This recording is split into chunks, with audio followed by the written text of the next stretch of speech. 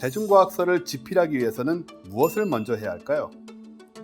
바로 주제를 선정해야 합니다. 학자나 연구자라면 저자의 전공 분야가 되겠죠.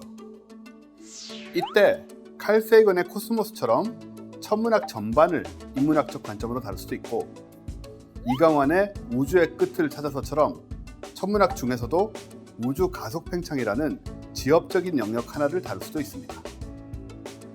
여기서 잊지 말아야 할 것은 교과서를 쓰는 것이 아니기 때문에 학문적 중요성뿐만 아니라 대중이 흥미를 가질 수 있는 내용이나 스토리를 가진 주제를 고를 필요가 있다는 것입니다.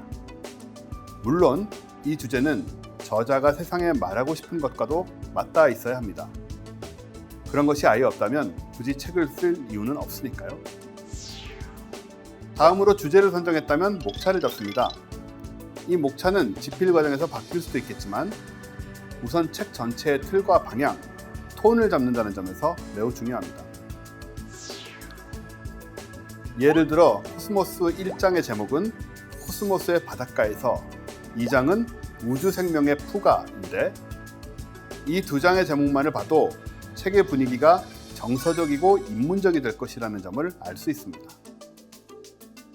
반면 이정모 서울시립과학관장의 저도 과학은 어렵습니다만의 2장 제목은 이보다 더 염치 없을 수는 없다인데, 얼핏 봐도 과학과는 거리가 있는 문장인 만큼 사람의 이야기를 다루고 있다는 것을 예상할 수 있습니다.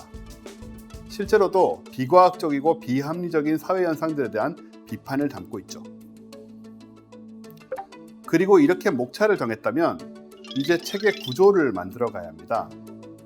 도입에서는 독자의 흥미를 끌 수 있는 전제나 질문이 던져져야 하고, 전개 과정에서는 과학 이야기들과 함께 다양한 스토리들이 삽입되는 것이 좋습니다.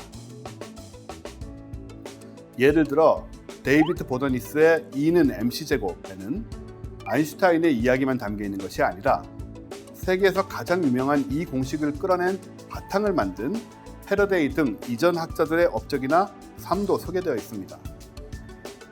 책의 주인공이 아인슈타인이 아니라 공식 자체이기 때문에 아주 자연스러운 전개라고 하겠습니다.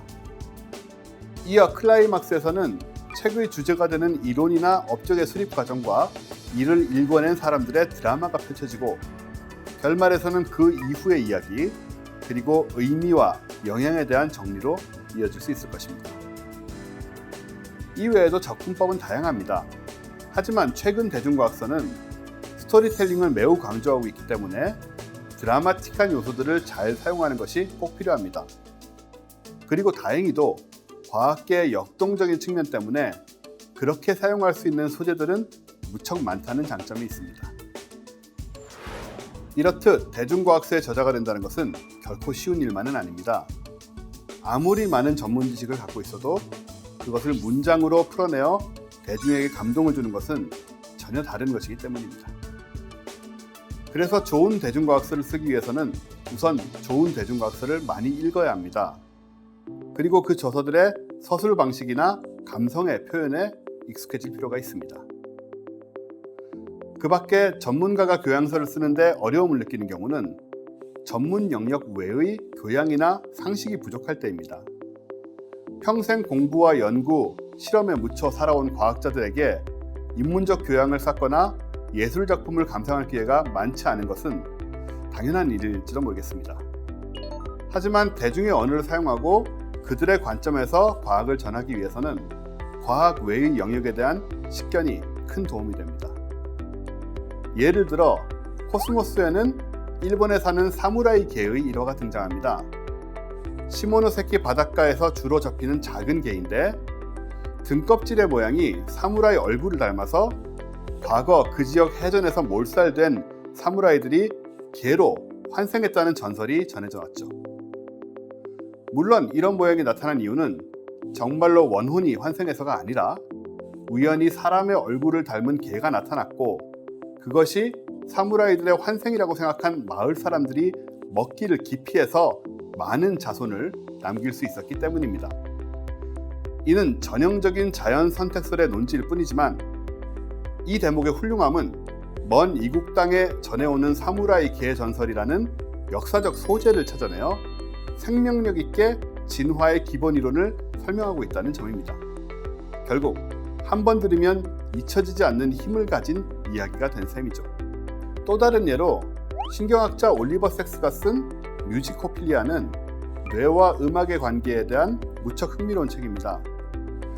번개에 맞고 음악을 사랑하게 된 남자 같은 뇌과학적으로 단숨에 궁금해지는 장들이 눈길을 끌기도 하지만 뇌만큼이나 음악이 중요한 주제이기 때문에 음악에 대한 안목이 없는 사람은 쓸 수 없는 책이죠. 이런 방식으로 뇌과학에 대한 새로운 연구 및 접근법을 전해주고 독자들에게 강한 인상을 남기게 됩니다. 연구자의 길을 택한 한 소녀에서 뛰어난 학자로 우뚝 서기까지의 삶과 학문의 여정을 자신이 연구하는 여러 나무에 빗대어 이야기하고 있는 호프 자른의 랩걸은 감수성이라는 측면에서 독보적입니다. 과학, 인간, 식물, 곤충, 여성, 가족이 모두 등장하여 풍성한 과학과 삶의 이야기를 펼쳐내죠. 이렇게 좋은 대중과학서를 쓰기 위해 여러 가지를 고려하다 보면 생각할 것도 준비할 것도 무척 많습니다. 그러나 무엇보다 가장 중요한 것은 진솔한 자신의 생각을 이야기하는 것입니다. 내 분야에서 내가 깊이 느껴온 것, 내게 영향을 준 것들을 나의 지성과 감성을 통해 내 목소리로 대중과 나누는 것, 바로 그것을 하고자 하는 뜻을 품었을 때만이 좋은 대중과학서는 탄생하게 된다는 사실 기억하시기 바랍니다.